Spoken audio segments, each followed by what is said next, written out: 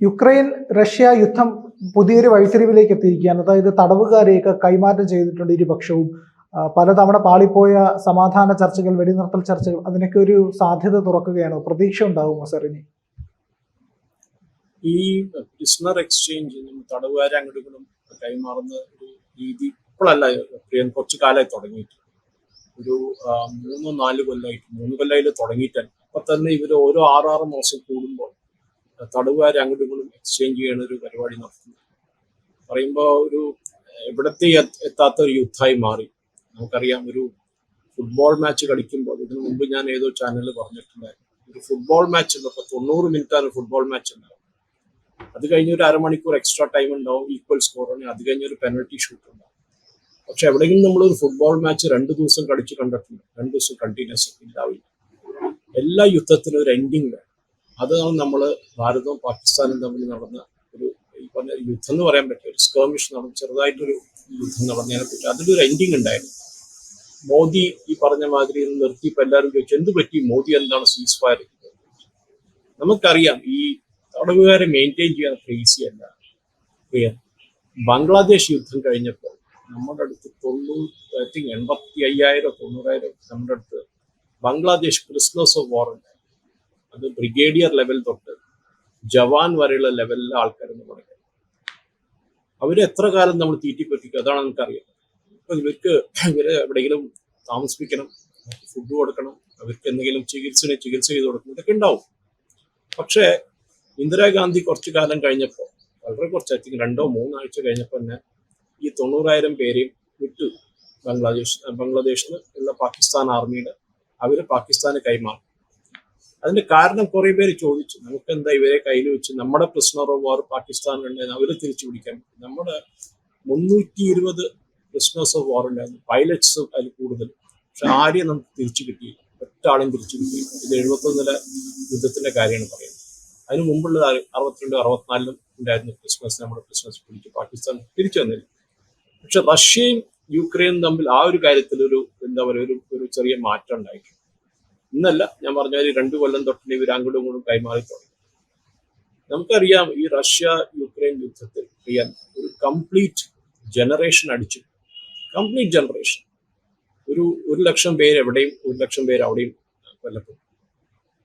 നമ്മൾ പറഞ്ഞാൽ അതിലും മിക്കതും ഒരു 20 തൊട്ട് ഒരു 30 വയസ്സിന് നടുക്കുള്ള ആൾക്കാരാണ് കൊല്ലപ്പെട്ടത്. അത് വല്ലാത്തൊരു ട്രാജഡിയായി മാറി. അപ്പൊ അതാണ് ഒരു കാരണം, ഈ പ്രിസണേഴ്സ് ഓഫ് വാർ എക്സ്ചേഞ്ച് ചെയ്യൽ, ഒരു കൈമാറ്റം. അതിൽ ചെയ്യാൻ കാരണം വരുന്നത് സൈക്കോളജിക്കൽ ഇമ്പാക്ട്. യുദ്ധം നിന്നില്ലെങ്കിലും നമുക്ക് ഇതെങ്കിലും നടത്താൻ പറ്റുമല്ലോ എന്നുള്ളൊരു കാര്യം. ബിക്കോസ് എല്ലാ ആൾക്കാരും ഈ പറഞ്ഞവർ, അവരെ അമ്മയായാലും അച്ഛനായാലും അവരെ ഫാമിലി മെമ്പേഴ്സ് ഒക്കെ അവർക്ക് വേണ്ടി കാത്തിരിക്കുന്നു. പക്ഷെ അവരെ കൈമാറണം എന്നുള്ളത് ഒരു കംപ്ലീറ്റ് ഒരു കമ്പൽഷനാണ്. ഞാൻ പറയുകയാണെങ്കിൽ അത് ചെയ്തേ പറ്റും. അതാണ് ചെയ്യുന്നത്. അതിലൊരു തെറ്റും ഞാൻ കാണുന്നില്ല. നല്ലൊരു കാര്യമാണ്. പക്ഷെ ഈ പറഞ്ഞ മാതിരി യുദ്ധം നിർത്തണം. കുറെ കാലം ഈ പറഞ്ഞ മാതിരി ട്രംപും ഇതിന്റെ പിന്നിൽ നടക്കുന്നുണ്ട്. യൂറോപ്യൻ നേഷൻസ് ആണ് ഇതിന്റെ പിന്നിൽ ഏറ്റവും വലിയ പ്രോബ്ലം. അവരാണ് ഈ ആയുധം കാശും സെലൻസ്കിന് കൊടുക്കുന്നത്. അതെന്ന് നിർത്തിയോ അന്ന് യുദ്ധം നിൽക്കും. പക്ഷെ ഈ പറഞ്ഞ മാതിരി ഇതിനൊരു എൻഡ് ഉണ്ടാവുമോ ചോദിക്കുകയാണെങ്കിൽ എനിക്ക് തോന്നുന്ന ഒരു ലിമിറ്റഡ് എൻഡിങ് ഉണ്ടായിരിക്കും. മേ ബി ഒരു 1-1.5 മാസത്തിനുള്ളിൽ ഒരു സീസ് ഫയർ ആണ്. പക്ഷെ അത് സെലൻസ്കിക്ക് അത് എന്താ പറയാ, സെലൻസ്കിക്ക് അത് മതിയാവില്ല. സെലൻസ്കി പറഞ്ഞ കംപ്ലീറ്റ് സീസ് ഫയർ വേണം. റഷ്യ പിടിച്ചെടുത്ത സ്ഥലങ്ങളെല്ലാം റഷ്യ അവിടുന്ന് പിന്മാറണം. അത് നടക്കില്ല. റഷ്യ കിട്ടിയ സ്ഥലം റഷ്യ വിടില്ല. കാർക്കീവ് ആയാലും കാർക്കോവ് ഏരിയ, ആ കുറെ ഏരിയ റഷ്യ പിടിച്ചെടുത്തു. അത് റഷ്യ വിട്ടുകൊടുക്കില്ല. ബിക്കോസ് അവരുടെ തൊട്ടപ്പുറത്തൊരു നേറ്റോ നേഷൻ വന്നിരിക്കാൻ പാടില്ല എന്ന് അവർക്കൊരു, അതായത് തുടക്കം, ഈ യുദ്ധത്തിന്റെ തുടക്കം അതായിരുന്നില്ല. യുക്രൈന് നേറ്റോ സ്റ്റേറ്റസ് കൊടുക്കുന്നതാണ് തുടങ്ങി വെച്ചത്. അവസാനം 2-2.5-3 കൊല്ലം കഴിഞ്ഞിട്ടും യുക്രൈന് നേറ്റോന്റെ സ്റ്റേറ്റസും കിട്ടുന്നില്ല. യുദ്ധം ഈ പറഞ്ഞ മാതിരി എവിടെയും പോവാണ്ട് നിൽക്കുകയാണ്. ഇന്ന് ഇങ്ങോട്ട് ബോംബ് ചെയ്യും, നാളെ തിരിച്ച് ബോംബ് ചെയ്യും. ഇതാണ് നടന്നുകൊണ്ടിരിക്കുന്നത്.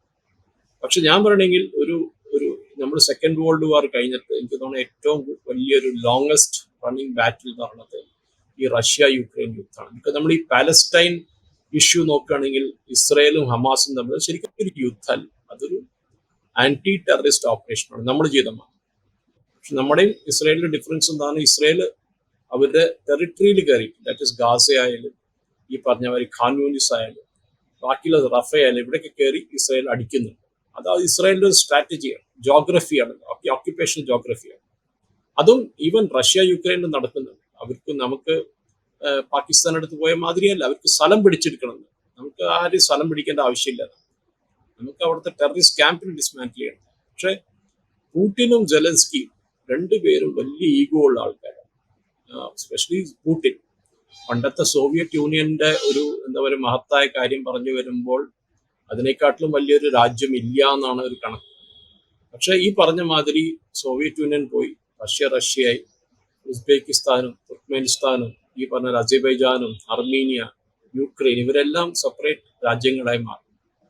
പക്ഷെ ഈ ഒരു യുദ്ധത്തിൽ ഈ പറഞ്ഞ മാതിരി അങ്ങോട്ടും ഇങ്ങോട്ടും ഒരു പ്രിസണർ എക്സ്ചേഞ്ച് നടക്കുന്ന നല്ലൊരു കാര്യമാണ്. പക്ഷെ ഈ പ്രിസണർ എക്സ്ചേഞ്ച് നടത്തിയിട്ട് മാത്രം കാര്യമില്ല. ഇതിന് നമുക്കൊരു എൻഡിങ് കാണണമെങ്കിൽ ഈ യുദ്ധം എവിടെയെങ്കിലും വെച്ച് നിർത്തണം ചെയ്യാൻ. അല്ലെങ്കിൽ ഇതൊരു ശരിയായ ഒരു ഇതിലേക്ക് എത്തില്ല അവസാനം. ഇനിയൊരു 50,000 പേര് കൊല്ലപ്പെടും. ഓരോ ആഴ്ച പ്രസിഡന്റ് ട്രംപ് പറയുന്നത് 1000 പേര് കൊല്ലപ്പെടുന്നതാണ്.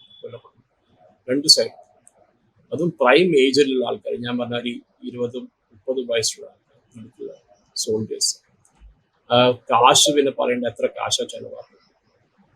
അത് റഷ്യയുടെ പിടിച്ചെടുത്ത കാശെടുത്ത് യൂറോപ്യൻ യൂണിയൻ റഷ്യയുടെ നേരെ തിരിച്ചടിക്കുന്നു. അതേസമയത്ത് റഷ്യയുടെ കയ്യിലുള്ള എല്ലാ ആയുധങ്ങളും ഇറക്കുന്നു. റഷ്യക്ക് ഇപ്പോഴും റഷ്യൻ GDP യൂറോപ്യൻ GDP-ക്കാട്ടിലും കൂടുതലാണ്. റഷ്യയുടെ ഓയിൽ എക്സ്പോർട്ട് ഇപ്പോഴും നിന്നിട്ടില്ല. ഇന്നലെ ഞാനൊരു റിപ്പോർട്ട് കാണുന്നുണ്ടായിരുന്നു, ഒരു ഫോറിൻ ന്യൂസ് ചാനൽ. റഷ്യയുടെ ഷാഡോ ഫ്ലീറ്റ്സ് എന്ന് പറയും. ഇവര് കപ്പലുകൾ, എണ്ണയും കൊണ്ട് ഇറങ്ങുന്ന കപ്പലുകൾക്ക് ചില ഫ്ലാഗ് ഉണ്ടാവില്ല, എനിക്കൊരു കൊടി ഉണ്ടാവും. കൊടി ഇല്ലാണ്ടാണ് ഇവർ നടത്തുന്നത്. റഷ്യക്ക് പറ്റിയത്ര കാശ് അടിച്ചെടുക്കുന്നുണ്ട്. അതേസമയത്ത് യുക്രൈൻ വെറുതെ ഇരുന്ന് ഒന്നും ചെയ്യാണ്ട് യുക്രൈന് കുറെ കാശ് കിട്ടും, കുറെ ആയുധങ്ങൾ കിട്ടും. ഞാൻ പറയണെങ്കിൽ ഇതിന്റെ ഏറ്റവും വലിയൊരു പ്രോബ്ലം, എൻ്റെ ഒരു പേഴ്സണൽ ഒപ്പീനിയൻ, അതെല്ലാവർക്കും ഇതാവണമെന്നില്ല, എൻ്റെ ഒരു പേഴ്സണൽ ഒപ്പീനിയൻ, സെലൻസ്കിയാണ് ഇതിന്റെ മേജർ ഇഷ്യൂ. നമ്മളൊരാൾക്ക് ഒന്നുമില്ലാണ്ട് കാശും ആയുധങ്ങൾ കൊടുത്തിട്ടിരുന്ന അദ്ദേഹത്തിന് ഒരു പ്രോബ്ലം ഇല്ല, ആളുകൾ അടിച്ചുകൊണ്ടേയിരിക്കും. പക്ഷെ എന്നാ കാശ് നിർത്തിയോ അല്ലെങ്കിൽ എന്നാ ആയുധങ്ങൾ കൊടുത്ത് നിർത്തിയോ അന്ന് തൊട്ട് ഈ പറഞ്ഞ മാതിരി ഈ പ്രോബ്ലം നിർത്തി. അതാണ് എൻ്റെ മെയിൻ ആയിട്ടുള്ള കാര്യം. അപ്പൊ അന്ന് നടന്നേ പറ്റൂ. ഇതൊരു ഇഷ്യൂ ഞാൻ പറയണമെങ്കിൽ ഇത് പ്രസിഡന്റ് ട്രംപിന് തീർക്കാൻ പറ്റുന്ന തന്നെയാണ്, ഈസിയായിട്ട് തീർക്കാം. പക്ഷെ ഈ പറഞ്ഞ മാതിരി അതിനായിട്ട് ഇറങ്ങേണ്ട വരും. അല്ലാണ്ട് വെറുതെ മോസ്കോയിൽ ഇരുന്നിട്ട് അല്ലെങ്കിൽ വാഷിങ്ടണിൽ ഇരുന്ന് പുടിന് ഫോൺ ചെയ്തിട്ട് കാര്യമില്ല. അപ്പൊ പ്രിസണർ എക്സ്ചേഞ്ച് നല്ലൊരു കാര്യമാണ്.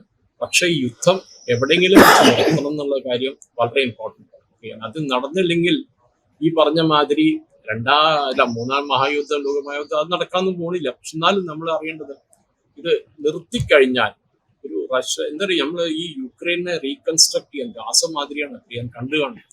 അതേ പ്രസിഡന്റ് ട്രംപ് പറഞ്ഞു ഒരൊറ്റ ബിൽഡിംഗ് നേരെ നിൽക്കുന്നില്ല എന്ന് പറഞ്ഞു. അപ്പൊ അതിന്റെ റീകൺസ്ട്രക്ഷൻ, അത് തിരിച്ച് പണിത് യുക്രൈൻ ആക്കി എടുക്കാൻ വേണ്ടിയിട്ട് ഒരു 10 കൊല്ലെങ്കിലും, മിനിമം 10 കൊല്ലം.